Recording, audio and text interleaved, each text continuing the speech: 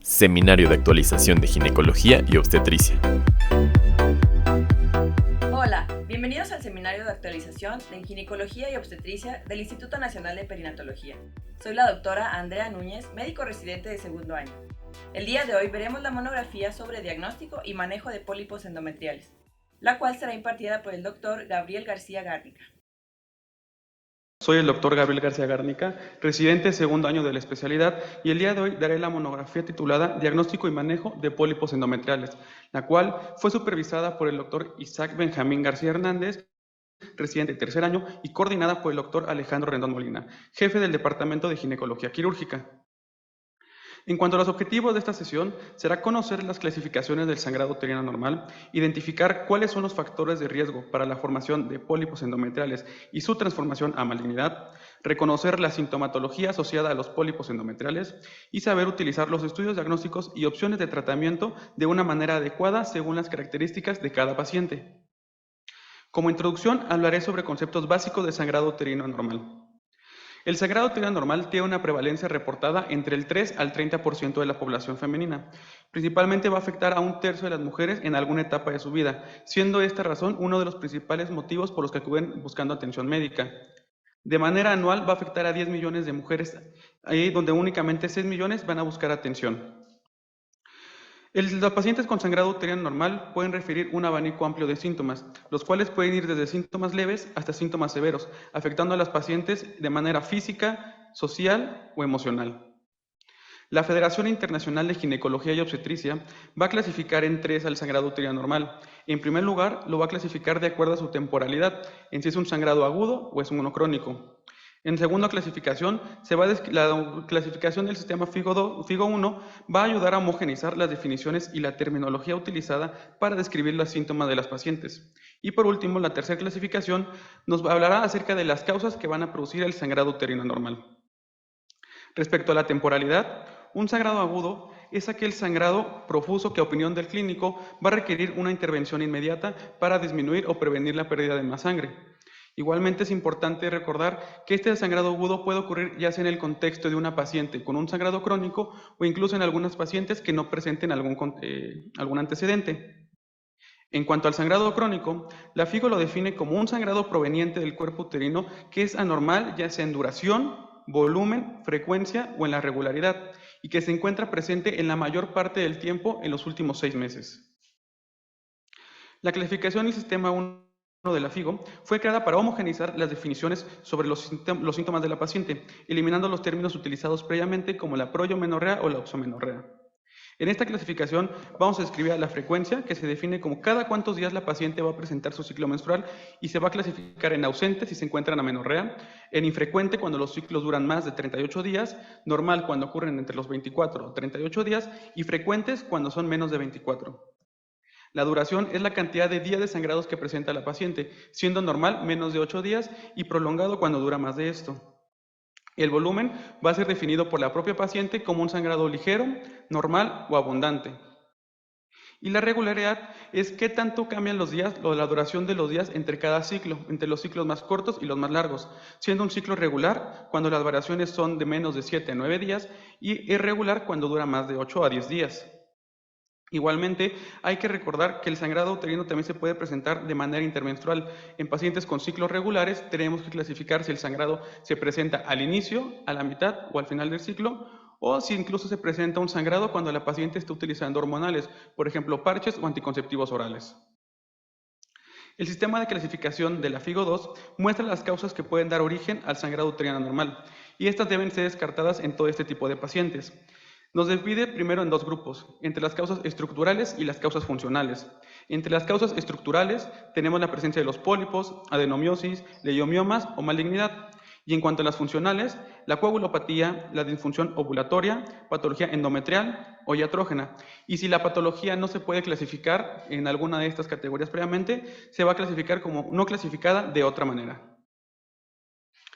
Enfocándonos ahora sobre los pólipos endometriales, iniciaré hablando sobre epidemiología y su cuadro clínico. Hay que recordar que los pólipos son protrusiones que van a provenir de la superficie endometrial y van a contener glándulas, estroma y vasos sanguíneos. En su mayoría van a ser de comportamiento benigno, sin embargo, 1.7% de estos pueden ser malignos.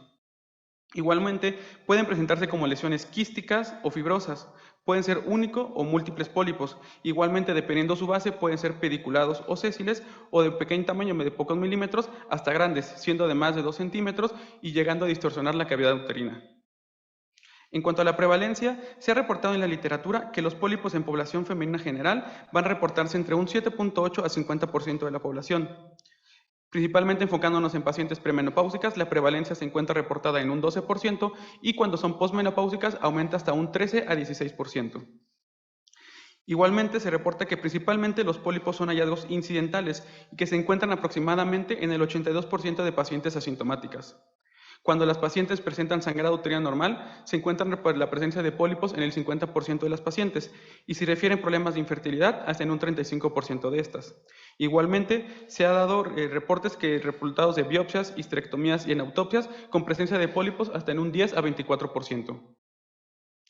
Hablando sobre cada de los factores de riesgo que están para desarrollar la presencia de pólipos, el principal factor asociado es el síndrome de Lynch, el cual aumenta 6.2 veces más su riesgo en comparación con pacientes que no presentan esta alteración. Igualmente, la dislipidemia aumenta el riesgo en 6.02 veces más y el uso de terapia de reemplazo hormonal 4.24 veces más. Otros factores de riesgo asociados son el síndrome de Cowden, la obesidad o el tamoxifeno o incluso la edad, teniendo un pico de operación principalmente de los 30 a los 50 años de edad. La fisiopatología de los pólipos se ha descrito que tiene involucro de múltiples factores.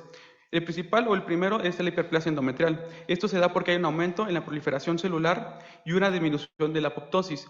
Esto es causado por una sobreexpresión de genes BCL2 y de Ki67, los cuales van a inhibir la apoptosis celular. Otro factor asociado en la fisiopatología es la presencia de mutaciones genéticas. Aquí se va a presentar alteraciones cromosómicas, principalmente en los cromosomas 6 y 12, los cuales van a ser genes que van a estar en relación con la aromatasa, generando una sobreexpresión de esta, convirtiendo de manera aumentada los estrógenos, favoreciendo la proliferación celular y el desarrollo de los pólipos. Desde un punto de vista histopatológico, los pólipos se pueden clasificar en atróficos, siendo estos los más frecuentes, apareciendo hasta en un 44% de las pacientes, principalmente en pacientes posmenopáusicas.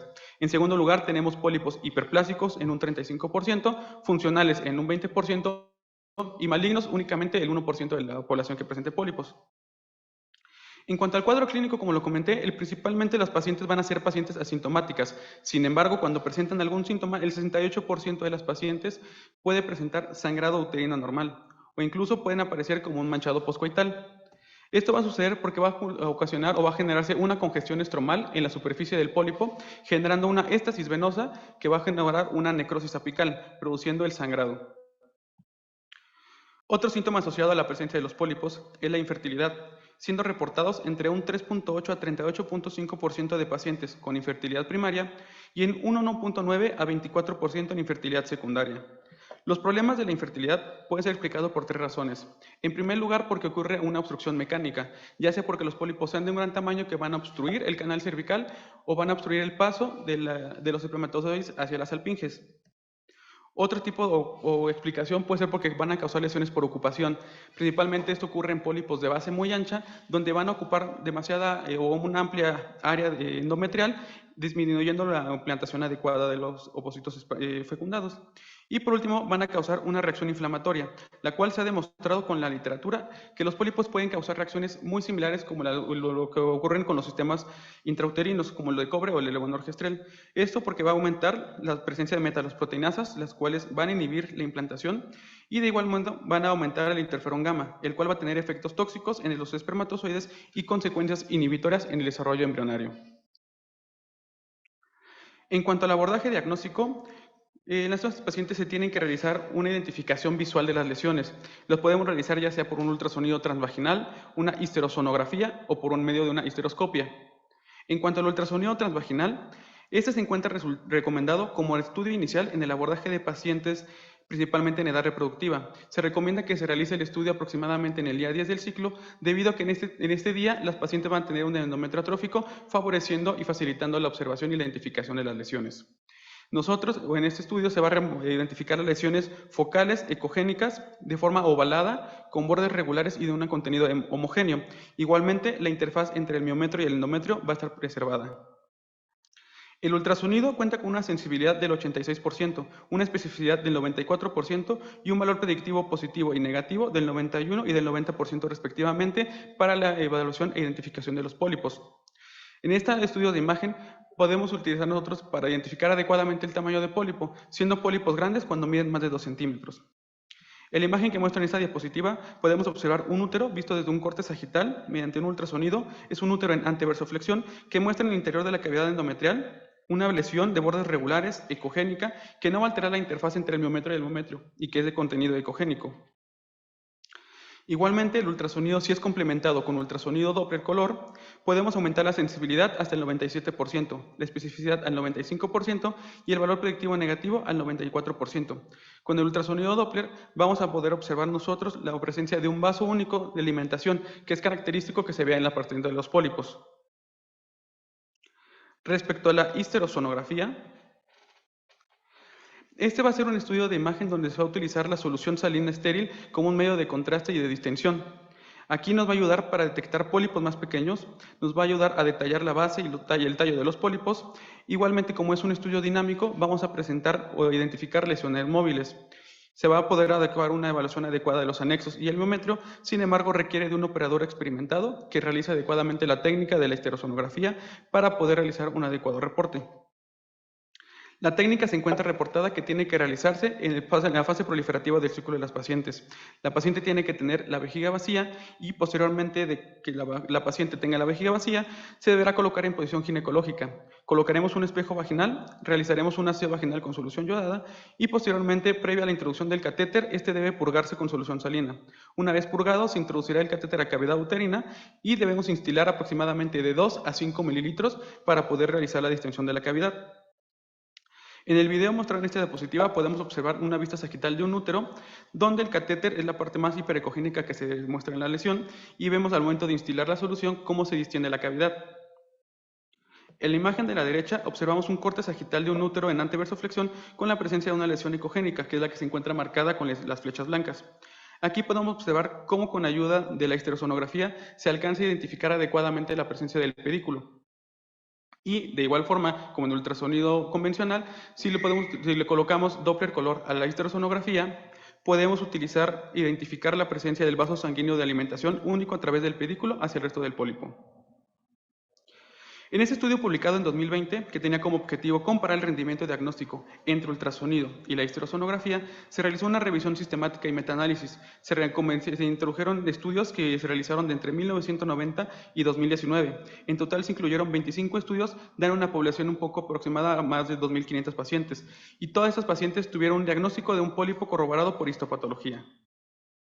En este estudio se reportó que el ultrasonido tenía una sensibilidad del 55%, una especificidad del 91% y una área bajo la curva del 83%. Cuando se comparó con la histerosonografía, se identificó que la histerosonografía tenía una sensibilidad del 92%, una especificidad del 93% y el área bajo la curva era mayor, llegando hasta el 97%. Por lo que se concluye que la histerosonografía tiene un mejor rendimiento diagnóstico si se compara con el ultrasonido convencional, por lo que se recomienda se utilice este estudio de manera inicial cuando tenemos disponibilidad de este estudio.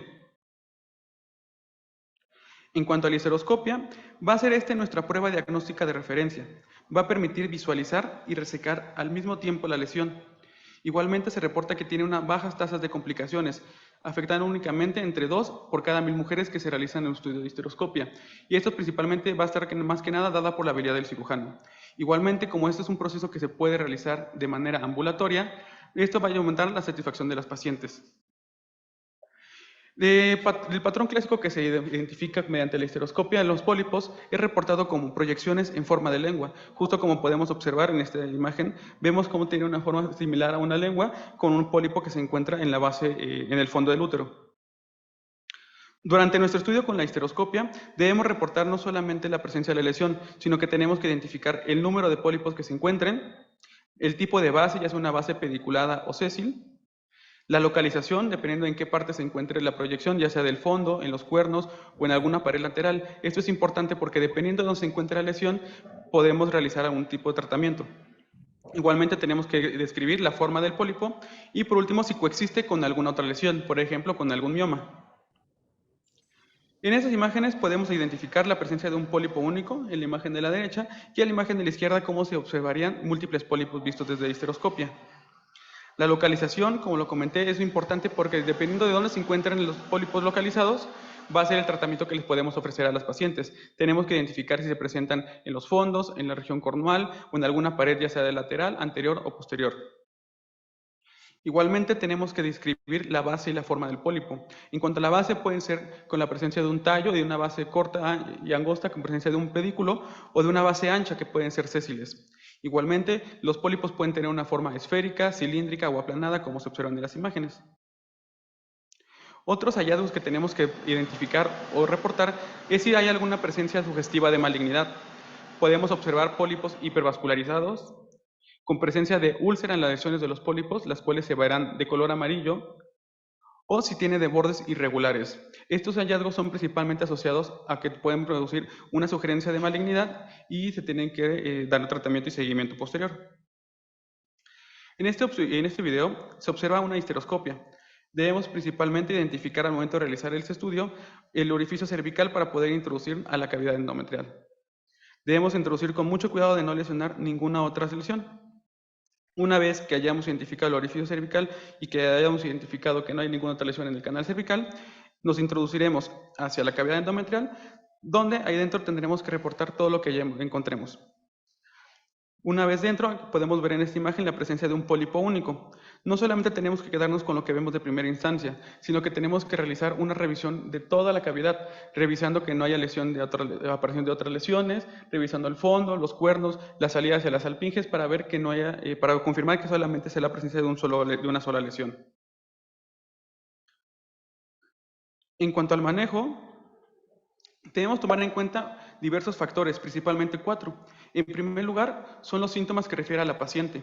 Igualmente, tomar en cuenta si tiene algún deseo de preservar su fertilidad o el potencial maligno que pueda tener el pólipo dependiendo de los factores de la paciente o lo que hayamos encontrado nosotros bajo en la histeroscopia. Igualmente, otro factor a considerar es la habilidad del cirujano que cada persona puede tener. Entre las opciones de tratamiento disponibles, podemos ofrecer un manejo expectante, un manejo médico o un manejo quirúrgico. En cuanto al manejo expectante, tenemos que principalmente recordar los pólipos son hallazgos incidentales. Estos igualmente van a ser de comportamiento en su mayoría benignos y que además van a presentar regresión espontánea a un año de valoración o de seguimiento. Por lo que el tratamiento expectante se recomienda principalmente para pacientes asintomáticas con pólipos de menos de 10 milímetros y se les debe ofrecer una vigilancia mediante estudios de imagen, ya sea ultrasonido, que se tienen que revisar cada 6 meses, identificando que la paciente no presente algún síntoma como sangrado uterino o algún problema de infertilidad, o que no haya cambiado de tamaño, aumentado de algún otro cambio sugestivo de malignidad. En cuanto al tratamiento médico, por su parte, se encuentra recomendado para pacientes que cuenten con riesgo de desarrollarse pólipos, ya sea, por ejemplo, pacientes que estén utilizando tamoxifeno o alguna otra terapia de reemplazo hormonal. Igualmente, se puede estar recomendado para pacientes que tengan pólipos de gran tamaño y que van a ser sometidas a un procedimiento histeroscópico. Esto con la finalidad de que disminuya su tamaño, facilitando el tratamiento. Entre las opciones recomendadas se encuentra el sistema intrauterino con levonorgestrel, principalmente el Ionogest o el Danazol. El sistema intrauterino con levonorgestrel va a funcionar principalmente gracias a 3 acciones. En primer lugar, porque va a producir apoptosis endometrial, disminuyendo la proliferación celular. Igualmente, va a causar debido a los efectos antiinflamatorios propios de la progesterona, que va a bloquear la actividad de los mastocitos que se encuentra asociada con el desarrollo de los pólipos. Con esto, al actuar de esta manera antiinflamatoria, va a disminuir la función de los mastocitos, disminuyendo la producción de los pólipos. Y por último, va a fomentar la quiescencia endometrial. Esto ya que va a hacer mantener niveles estables de los estrógenos y de la progesterona. Y las principales recomendaciones para el uso de este medicamento, de este tratamiento, es el uso de tamoxifeno o del uso de estrógenos exógenos. En ese estudio que fue publicado por Wang y colaboradores en 2020, se evaluó el sistema intrauterino con levonorgestrel para prevenir la recurrencia posterior a la polipectomía en pacientes premenopáusicas. Se realizó una cohorte retrospectiva donde se incluyeron 451 pacientes quienes tuvieron diagnóstico de pólipos confirmados mediante estudio histopatológico. En este estudio se excluyeron pacientes que estuvieran utilizando medicamentos hormonales, que el estudio histopatológico haya reportado un pólipo hiperplástico o atípico, que tengan un índice de masa corporal mayor a 28, que presenten diabetes mellitus o hipertensión, o que hayan acudido refiriendo problemas de infertilidad. A estos pacientes que se incluyeron en el estudio, se les realizó mediante una histeroscopia con energía monopolar la resección del pólipo. Se utilizaron histeroscopios de 10 milímetros con una solución glucosada del 5% para como medio de distensión. En el seguimiento se les dio cada 6 meses mediante estudios de imagen, principalmente ultrasonido, y se dio el seguimiento durante 3 años. Como resultados en este estudio, únicamente la mayoría de las pacientes cumplieron el seguimiento de 2 años. Durante el primer año, de donde se observó que la presencia del uso del sistema intrauterino con levonorgestrel redujo en un 78% la recurrencia de pólipos endometriales posterior a una polipectomía. Sin embargo, a los 2 años de seguimiento vemos que no hubo una diferencia estadísticamente significativa. Sin embargo, en el estudio reportaron que a partir de los 2 años, la población que continuó con su seguimiento disminuyó. En cuanto al dienogest, el cual es una progesterona sintética derivada de la nortestosterona, y el danazol, que es un esteroide derivado de la etistesterona, van a inhibir la esteroidogénesis, dependiendo de varios factores. En primer lugar, van a disminuir la producción estrogénica. Igualmente, van a ocupar los receptores endometriales estrogénicos, bloqueando la acción estrogénica en el cavidad endometrial, generando de esta forma la atrofia del mismo tejido, lo que va a producir que el tejido endometrial de los pólipos se reduzca su tamaño. En cuanto al tratamiento quirúrgico, este se puede dividir a su vez en 2 opciones, en un manejo quirúrgico conservador y en uno radical. En el tratamiento conservador contamos con el uso del curetaje o de la histeroscopia, y en el radical en la histerectomía. El tratamiento quirúrgico principalmente se ofrecerá para pacientes que no cumplan con criterios que puedan darse manejo expectante o tratamiento médico. Esto va a ser para pacientes principalmente que presenten pólipos de más de 10 milímetros, que sean pacientes que refieren a algún síntoma, por ejemplo, algún problema de deseos de fertilidad, o que hayan acudido a nosotros por sangrado uterino anormal, o que nosotros al momento de realizar los estudios de imagen como la histeroscopia veamos datos sugestivos de malignidad. En cuanto al tratamiento quirúrgico conservador, este tratamiento actualmente ya no se encuentra recomendado, debido a que como es un procedimiento que se realizaba a ciegas, aproximadamente el 50% de las lesiones no eran resecadas adecuadamente. En cuanto a la histeroscopia, como lo comenté previamente, es el estudio o la prueba diagnóstica de referencia, y de igual forma será el tratamiento de elección, ya que solamente, además de que nos dé el diagnóstico, nos ayuda a dar el tratamiento y nos ayuda a tener una confirmación histopatológica del pólipo. En cuanto a la histeroscopia, podemos dividirla en 2 principalmente: una histeroscopia que se realice sin anestesia o cuando se realiza bajo anestesia. En cuanto a la histeroscopia sin anestesia, se va a realizar principalmente en consultorio y se encuentra recomendada para pólipos de menos de 2 centímetros.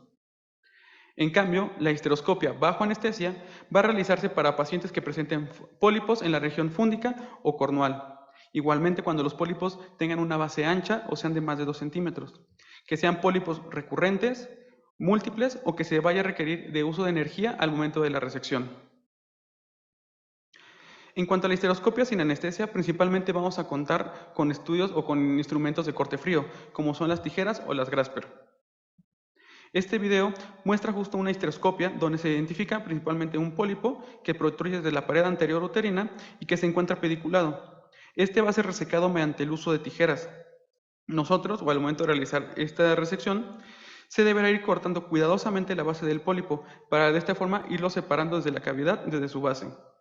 Debemos identificar que no vayamos a lesionar ninguna otra cavidad o ninguna otra lesión para no causar mayores complicaciones en la paciente. Entonces debemos ir resecando con cortes cuidadosamente de que no tener ninguna otra lesión, y una vez que el pólipo haya sido resecado y separado por su totalidad, podemos retirarlo.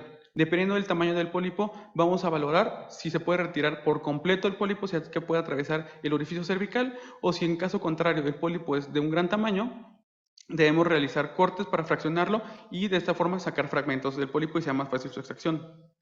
Justo en este video lo que van a hacer, se va a tomar con unas pinzas y se va a extraer por completo a través del orificio cervical.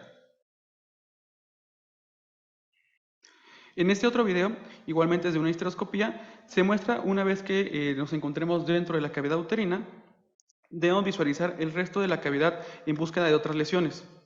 Aquí estamos observando cómo sale la unión de la salpinge de la salpinge izquierda. Vemos que no hay presencia de ninguna otra lesión, vemos que no hay algún otro dato de alarma, y una vez que revisemos un lado nos vamos a ir hacia el lado derecho para igualmente complementar la visualización y la exploración. Una vez que hayamos confirmado que no hay presencia de otras lesiones o que no hay algún otro dato sugestivo de una malignidad, podemos enfocarnos en el pólipo. En este video se realiza una resección mediante pinzas Grasper. La técnica con las pinzas Grasper es, abriendo la pinza, se va a identificar el pólipo. Una vez identificado el pólipo, vamos a cerrar la pinza tomándolo y vamos a realizar una tracción y una abulsión del pólipo en dirección hacia inferior y hacia cefálica de la paciente para irlo retirando poco a poco.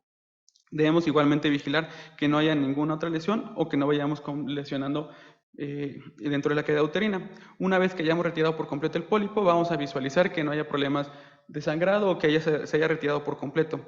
Si lo retiramos y vemos que puede quedar tejido residual, podemos igualmente continuar con nuestra resección. Justo en este video lo que se va a identificar es que vamos a retomar nuevamente un pequeño tejido que quedó residual. Y de igual modo con el modo de tracción y se va a retirar. En cuanto a la histeroscopia bajo anestesia, principalmente como lo comenté, va a estar recomendada para pacientes que tengan pólipos grandes de aproximadamente más de 2 centímetros o que tengan una base ancha. Igualmente cuando los pólipos sean múltiples o recurrentes, si se va a utilizar resectoscopia o si la paciente refiere tener deseos de utilizar un procedimiento con anestesia. Igualmente por el riesgo que tiene de malignidad asociado en aquellas pacientes que utilicen tamoxifeno o terapia de reemplazo hormonal. O igualmente, como pueden ser procedimientos dolorosos, se tiene que realizar en pacientes niñas o en mujeres núbiles o que tengan estenosis cervical una histeroscopia bajo anestesia. Entre las opciones que se encuentran para la histeroscopia bajo anestesia, en primer lugar, hablaré de una polipectomía mediante láser. Este es un método que ha ido ganando protagonismo en los últimos años. Existen múltiples opciones de láser dióxido de carbono, de helio, neón, argón, o el más frecuente que se ha utilizado es el láser diodo. El láser diodo es el que más utilizado debido a que es el más versátil y económico. Además, se ha demostrado que tiene una gran afinidad por el agua y la hemoglobina, permitiendo un excelente control de la hemostasia y de la vaporización sobre el tejido endometrial. Además, se ha reportado que tiene un adecuado nivel de seguridad, debido a que únicamente causa una penetración de menos de 3 milímetros sin lesionar tanto de manera como por quemaduras a la cavidad endometrial. Una opción adicional que podemos contar en la histeroscopia bajo anestesia para realizar polipectomías es la polipectomía mediante resectoscopio. Esta es una opción válida para pólipos que sean muy grandes o pólipos que tengan una base muy amplia. Estos también se recomienda para pacientes con estenosis cervical porque no requieren una dilatación cervical muy amplia o de hecho incluso sin ninguna dilatación. En la resectoscopía la técnica se va a ir resecando el pólipo, haciendo pequeños fragmentos del pólipo poco a poco para hacerlo más pequeños los fragmentos y sea más fácil que se retiren. Justo como podemos observar en el video, mediante el resectoscopio está realizando cortes del pólipo para hacerlo en fracciones más pequeñas. Otras opciones con las que contamos para hacer una histeroscopia bajo anestesia es el uso de energía, ya sea monopolar o bipolar. En cuanto a la energía monopolar, tiene un bajo costo, sin embargo requiere medios de distensión no electrolíticos, como el uso de solución glucosadas o manitol. Sin embargo, este tipo de soluciones como medio de distensión se encuentra asociada a mayores complicaciones por el uso de este tipo de soluciones, principalmente causando trastornos hidroelectrolíticos como hiponatremia. Igualmente, la energía bipolar es preferida para su uso. Aquí se recomienda utilizar electrodos de aproximadamente 5 French, los cuales van a permitir una hemostasia y cortes limpios de la lesión. Sin embargo, no se asegura la extracción de la pieza por completo y puede causar lesiones por quemaduras. En cuanto a los morceladores, estos van a permitir la destrucción del tejido a través de cuchillas que son rotatorias. Esto va a retirar el pólipo de forma limpia y organizada. La ventaja es que es un instrumento que es reutilizable y que tiene un buen porcentaje de éxito, aproximadamente entre un 97%. Igualmente se reporta que tiene menos complicaciones y tiene una excelente, incluso adecuada tolerancia en pacientes que se realicen en consultorio. En este estudio, que va a comparar el uso de la morcelación histeroscópica contra resectoscopía, esto principalmente en lesiones endometriales en general, fue un estudio metaanálisis donde se incluyeron 6 ensayos clínicos aleatorizados ciegos, dando un total de una muestra de 565 pacientes. En este estudio se reportó que en cuanto a la tasa de éxito de la cirugía, no hay como tal un beneficio o una diferencia estadísticamente significativa entre si se utiliza una morcelación o un resectoscopio. Cuando hablamos del tiempo de resección, vemos que cuando se utiliza una resección mediante morcelación, el tiempo de la resección es de 2.81 minutos más rápida que cuando se utiliza el resectoscopio. Y cuando hablamos del tiempo quirúrgico total, esto que incluye desde la colocación del instrumento, la colocación de la paciente, la realización del procedimiento, hasta que se termina, el uso del resectoscopio tarda 3.43 minutos más en comparación con la morcelación. Por lo que se concluye que en este estudio ambos procedimientos tienen tasas de éxito similares. Sin embargo, el uso de los morceladores tiene un menor tiempo quirúrgico. Ese estudio va a comparar igualmente el uso de resectoscopio contra la morcelación. Sin embargo, este lo enfocaron únicamente en pacientes que presentaban pólipos endometriales. En este se utilizaron como desenlaces el tiempo del procedimiento, la presencia de eventos adversos, la disponibilidad del tejido y la efectividad. Se realizó un estudio prospectivo, abierto, aleatorizado, donde se incluyeron pacientes que presentaban pólipos de más de 1 centímetro. Se incluyeron en total 84 pacientes, las cuales se dividieron entre 44 pacientes que se les realizó una morcelación y resectoscopía en 40 pacientes. Durante el tiempo de instalación del instrumental, este estudio reportó que no hay una diferencia entre la morcelación y la resectoscopía. Sin embargo, cuando se utilizaba o se reportaba con el tiempo quirúrgico, vemos que la morcelación es 2 minutos más rápida que la resectoscopía. Y de igual forma, cuando se realizó un análisis del tiempo total del procedimiento, desde la instalación del instrumento hasta el término del procedimiento quirúrgico, el tiempo total que tardó la morcelación fue de 9.5 minutos y de la resectoscopía en 12.2 minutos. Igualmente, entre los efectos adversos, únicamente reportaron la presencia de perforación uterina. En una paciente se dio en la presencia de morcelación y 2 en la paciente de la resectoscopía. Sin embargo, vemos que realmente no hay una tasa de complicación estadísticamente significativa. Por lo que se concluye que el uso de la morcelación histeroscópica es una alternativa segura, rápida y eficaz en comparación con la resectoscopía. Sin embargo, la técnica de lesión que podemos utilizar, como son muy similares, va a depender de la habilidad de cada cirujano. En esta revisión sistemática se incluyeron 8 estudios sobre la polipectomía histeroscópica y sus resultados respecto a la presencia de embarazos clínicos en pacientes sometidas a terapia de reproducción asistida. Los desenlaces estudiados principalmente fueron la tasa de embarazos clínicos, reportada como la presencia de una prueba positiva de embarazo o la presencia de un embrión dentro de un ultrasonido, igualmente la tasa de abortos espontáneos o la tasa de una adecuada implantación. Respecto a la tasa de embarazos clínicos, cuando se realiza una fertilización in vitro posterior a una polipectomía, se observa que todavía no hay una diferencia estadísticamente significativa. Sin embargo, hay una tendencia a favor de la polipectomía. Cuando hablamos, en el caso de la inseminación intrauterina, la polipectomía aumenta la tasa de éxitos de embarazos clínicos en una 2.24 veces más. Y cuando se analiza de manera conjunta, cuando se realiza el tratamiento de reproducción asistida posterior a una polipectomía, aumenta en un 88% más la presencia de la tasa de éxitos. En cuanto a la tasa de abortos, únicamente se estudiaron en pacientes sometidas a fertilización in vitro. Sin embargo, se demostró que no hay una diferencia estadísticamente significativa, ni tampoco cuando se utilizó comparación de la tasa de implantación. Por lo que se concluyó en ese estudio que la resección de los pólipos se encuentra asociada principalmente a una mayor tasa de éxitos de embarazos cuando se somete a los pacientes a terapias de inseminación intrauterina. Sin embargo, no hay un beneficio claro en pacientes sometidas a fertilización in vitro. Lo que se recomienda es que se incluyan todavía más estudios o se realicen más estudios comparando las diferentes técnicas de reproducción asistida posterior a una polipectomía. En cuanto a las complicaciones, no hay resultados que reporten directamente las complicaciones asociadas a una polipectomía histeroscópica. Sin embargo, se confía o se puede utilizar o extrapolar la presencia de complicaciones reportadas en otros estudios histeroscópicos. Principalmente las complicaciones afectadas son el uso de la presencia de reflejo vasovagal en 1.8% de las pacientes, la perforación uterina en 1.6%, la presencia de émbolo de gas en 0.9% o la sobrecarga de volumen en el 0.06%. Por último, el tratamiento radical es directamente realizar una histerectomía a las pacientes. Este es un método definitivo donde ya no va a haber ningún riesgo de recurrencia ni de malignidad en las pacientes, por lo que se recomienda cuando las pacientes ya no tengan deseos de preservar su fertilidad o los riesgos previo a la histerectomía de recurrencia o de la malignidad sean muy elevados.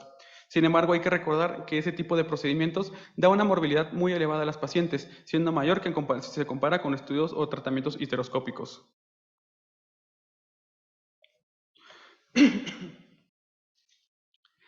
En cuanto al pronóstico, la recurrencia se encuentra reportada entre un 2.5 a 3.7% de pacientes. Eso se da principalmente cuando se realizan procedimientos en consultorios donde no se realizó una resección del pólipo de manera completa. Sin embargo, se ha demostrado que este porcentaje va a disminuir cuando se compara o se combina con una ablación endometrial utilizando instrumentos de energía o se coloca el dispositivo intrauterino con levonorgestrel, como lo comenté previamente. Igualmente, a un año de realizar la polipectomía, se ha demostrado que cuando la presencia de un pólipo único tiene un riesgo de recurrencia del 13% y cuando son pólipos múltiples aumenta hasta en un 45%. Sobre la malignidad de los pólipos, recordemos que en su mayoría van a ser de un comportamiento benigno. Sin embargo, 1% de los pólipos va a progresar a la malignidad, siendo el adenocarcinoma, ya sea de tipo seroso o el endometrioide, los tumores malignos más frecuentemente asociados a los pólipos endometriales. En cuanto a los principales factores de riesgo para progresar a la malignidad, nos encontramos con la edad aumentando su riesgo 1.4 veces más, siendo mayor a partir de los 60 años. Otros factores de riesgo asociados son la diabetes, que aumenta en 76% más la presencia de desarrollar malignidad, o el uso de tamoxifeno, aumentándolo en un 53%.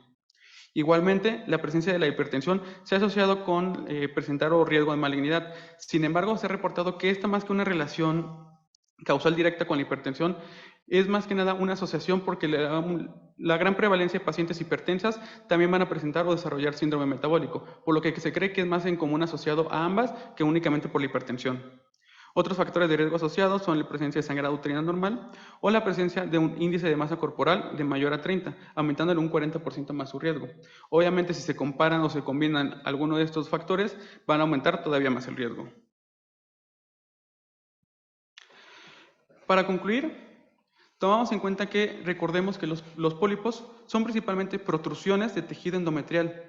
Son de comportamiento benigno y principalmente va a ocurrir en mujeres que van a padecer entre los 40 y los 49 años de edad. Los principales factores de riesgo son síndromes genéticos, por ejemplo el síndrome de Lynch o el síndrome de Cowden. Igualmente, la dislipidemia, el uso de tamoxifeno o el uso de terapia de reemplazo hormonal son factores de riesgo principalmente asociados para desarrollar pólipos o incluso transformarlos a malignos.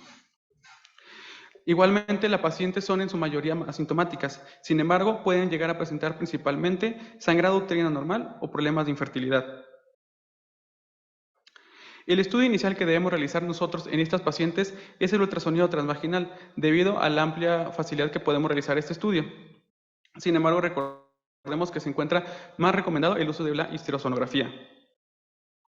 Igualmente, el estudio de elección es la histeroscopia, donde vamos a identificar nosotros la presencia de lesiones o proyecciones en forma de lengua. Y mediante la histeroscopia, el tratamiento de elección igualmente será la polipectomía. Este va a ser el tratamiento de elección, sin embargo, siempre debemos individualizar cada caso y las características de cada una de nuestras pacientes para nosotros poder ofrecer un tratamiento adecuado y disminuir al máximo la presencia de complicaciones. Agradecemos al doctor por su excelente ponencia y los esperamos en el próximo seminario. Instituto Nacional de Perinatología, Ética y Humanismo.